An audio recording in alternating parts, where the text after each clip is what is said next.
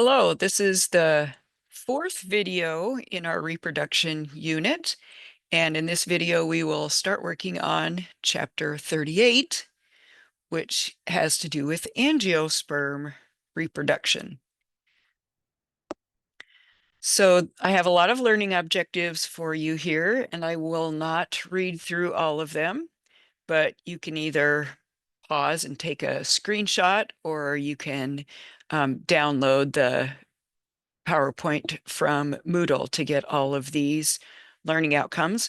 But in concept 38.1, we are going to be looking at the life cycle of flowering plants. So the key learning objective here is the learning or understanding and being able to diagram and or describe the angiosperm life cycle. And a lot of these other learning outcomes are just details of that. So first of all, let's talk about angiosperms. What do we mean by angiosperms? So when we think about the plant kingdom, plants can be grouped based on certain characteristics, whether they're vascular or non-vascular, whether they're seedless or seed-bearing. And so you can see the non-vascular plants here are the liverworts and the mosses and the hornworts. They don't have xylem and phloem that carries nutrients and water through their bodies. So they tend to be small. They live close to the ground, and they just rely on diffusion for moving water. Vascular plants have vascular tissues. They have xylem and phloem. Xylem for moving water and phloem for moving sugars within the plant. And so angiosperms are vascular plants. Then within the vascular plants, some of them are seed-bearing and some are seedless. The seedless vascular plants are the ferns and all of what we have historically called the fern allies or the fern relatives. But angiosperms are seed-bearing plants. And then you can see that the seed-bearing plants include the gymnosperms and the angiosperms. Gymnosperm, this word literally means naked seed. So the gymnosperms bear seeds that are not covered up by a chamber or a fruit, whereas the angiosperms are the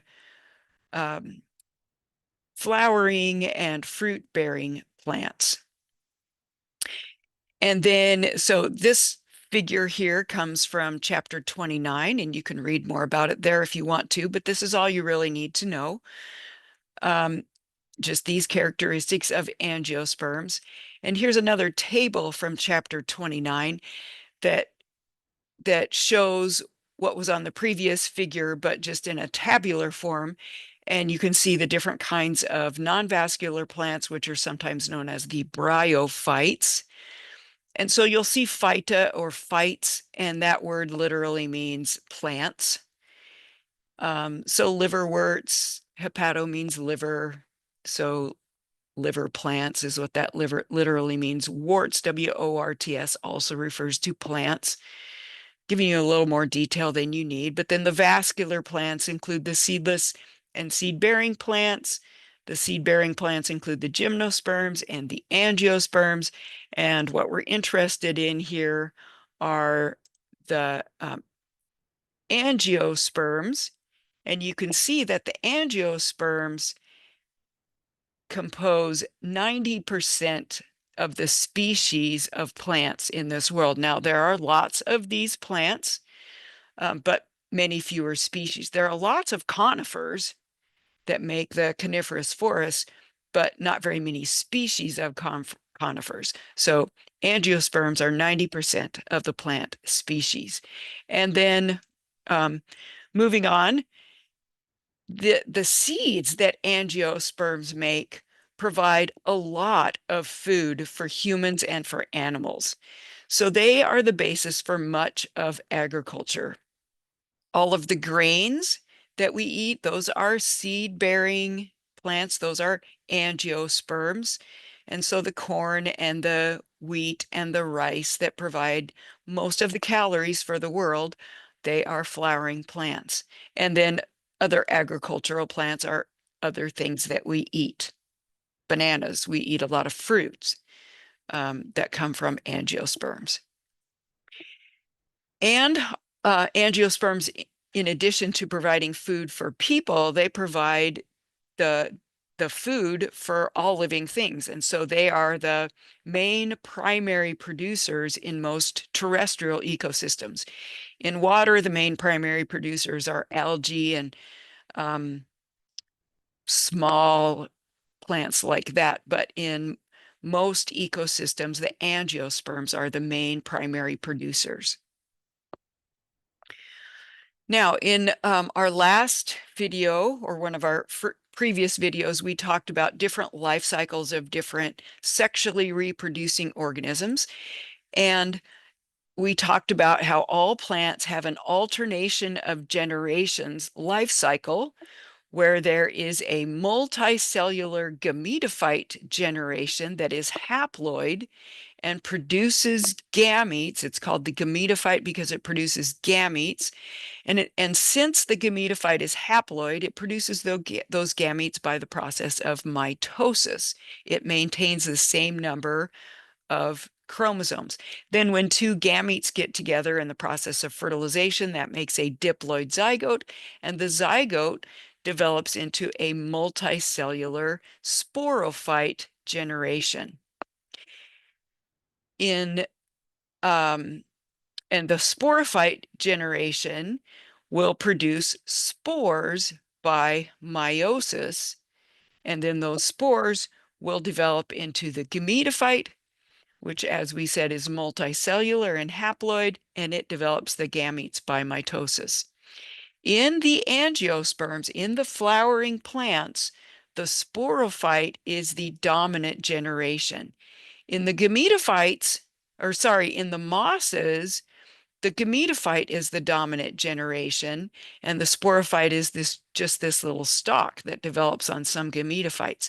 But in the flowering plants, the sporophyte generation is the dominant generation. So we're going to focus on the angiosperm life cycle. And it's differentiated from the life cycles of other plant life cycles, other alternation of generation life cycles, in that, as we said, there are flowers and fruits. And then the third thing that makes the angiosperm life cycle different from the life cycles of other plants is double fertilization. And so we'll get into how that happens. But first, let's take a look at flowers. It's important to understand the structure of a flower in order to understand angiosperm reproduction. So, flowers are made out of 4 concentric whorls of parts, and a whorl is simply a pattern of concentric circles. Like, you can think of the whorls that are in your fingerprint. I don't know if you can see the whorls in my fingerprint, but concentric whorls in your fingerprint. And in botany, a whorl is a set of leaves or flowers or flower parts that come out at the same level on a stem, or in the case of a flower, they attach to a receptacle. So the receptacle is the base of a flower that all of the flower parts attach to, that all of the concentric whorls attach to. So the outermost whorl are the sepals, and the sepals are kind of at the base of the flower. And before the flower bud opens up, it's the sepals that form the outside of the bud of a flower, and they protect the flower until it opens up. The next whorl in are the petals, and the petals are often brightly colored, as they are in this flower diagram, and they function in attracting pollinators. So these two whorls are not technically reproductive. They don't produce the eggs and sperms. But the next two whorls in, the stamens and the carpels, they are the reproductive parts of the plant. Technically, the reproductive organs of the plant are these two flower parts. The stamens are the male part, and they are known as microsporophylls. So when we see this word phyll, P-H-Y-L-L, that means a leaf or a leaf-like structure. So a leaf-like structure that produces spores is known as a sporophyll. And if the spores are small, then they are called microsporophylls. So these are the leaf-like structures. The stamens are the leaf-like structures that produce the microspores. And we'll get into how that happens. The stamen consists of two main parts, the filament, which is attached to the receptacle. It's just the stalk. And then the anther, which is attached to the filament. The anther is the part of the stamen that produces the microspores. And remember that spores are produced by the process of meiosis. So the anthers are where the microspores are produced, and these microspores develop into pollen grains that contain the male gametophyte. The carpels are megasporophylls, and in this flower there is a single carpel, and that is common to many flowers. They'll just have a single carpel, and the carpel produces the megaspores. So it's the leaf-like structure that produces megaspores. And the carpel has three main parts. The ovary down at the base has one or more ovules, and inside an ovule is a diploid cell that will undergo meiosis to produce megaspores that then give rise to the female gametophyte. Above the ovary is the style, which is another plant stalk. And at the top of the style is the stigma, which has a sticky fluid that will catch pollen that comes from an anther. So you will be responsible to know all these names of all these parts, and you may have a diagram that you are asked to label with all of these parts, and you'll need to know the functions of these. Now, you may have heard the term pistil. So sometimes the female part of a flower, the female organ of a flower, is known as a pistil rather than a carpel. And I will sometimes use that term kind of interchangeably, the carpel versus the pistil. But technically, a carpel is a single megasporophyll, whereas a pistil can either be one single pistil or one single carpel, or it can be made out of fused carpels. So either one of these could be a stigma. In a single unfused carpel, you will have a single chamber in the ovary that contains a couple of ovules. In a fused carpel stigma, there will be several different chambers. This particular carpel or this particular pistil that is shown in this diagram has three chambers, and so it was made out of three fused carpels, and each one of those chambers will have its own seeds. Okay, more flower terminology.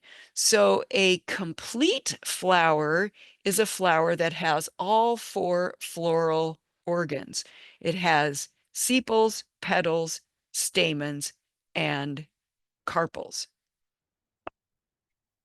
An incomplete flower will lack one or more floral organs. For example, Wind-pollinated flowers will often lack colorful petals.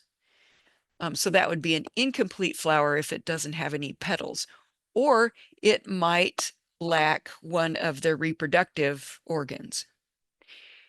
Perfect flowers can be either incomplete or complete, but a perfect flower is going to have both carpels and stamens. It doesn't have to have the sepals and the pistils to be perfect, but it's going to have both of the reproductive organs.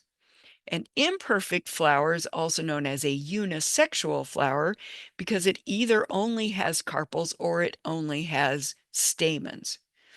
So we would call it a carpelate flower if it doesn't have stamens, and we would call it a staminate flower if it doesn't have carpels. A carpelate flower is sometimes known as a pistillate flower. Sorry about the multiple terms for different things. Okay, and then an inflorescence is a cluster of flowers, and it refers to kind of a different group of flowers. Some plants will make a single flower, and their inflorescence is just a single flower, but many plants will have multiple flowers. Okay, so now let's get into reproduction, the sexual reproduction in the angiosperms. And this is kind of an overview. We will have more details of this, but as an overview, sexual reproduction occurs in the flower, and the first step would be that within the anthers and the ovules, the gametophytes will be produced.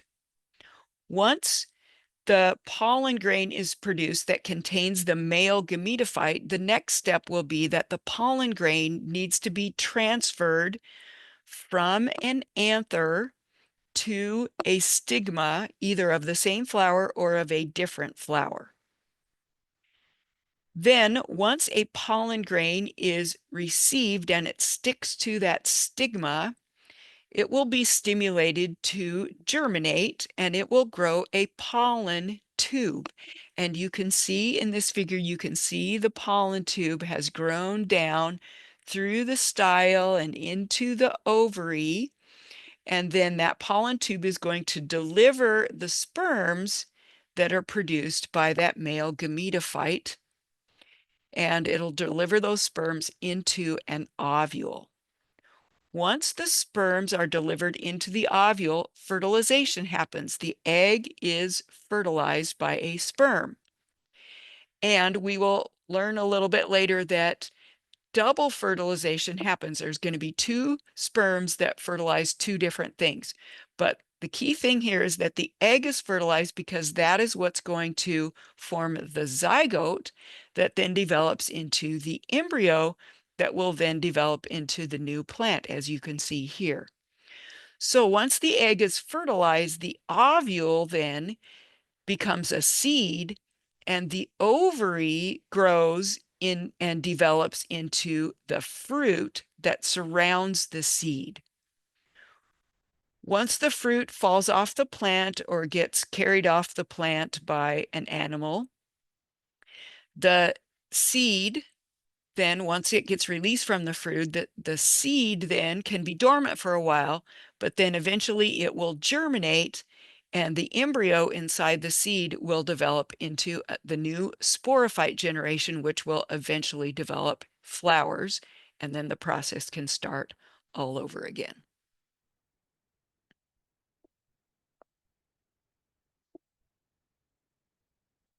Okay, so I think I'll stop here after that overview of plant reproduction. And in our next video, we'll start looking at more of the details of transfer of pollen and more of the details on how this process happens in flowering plants. So we will end our video here.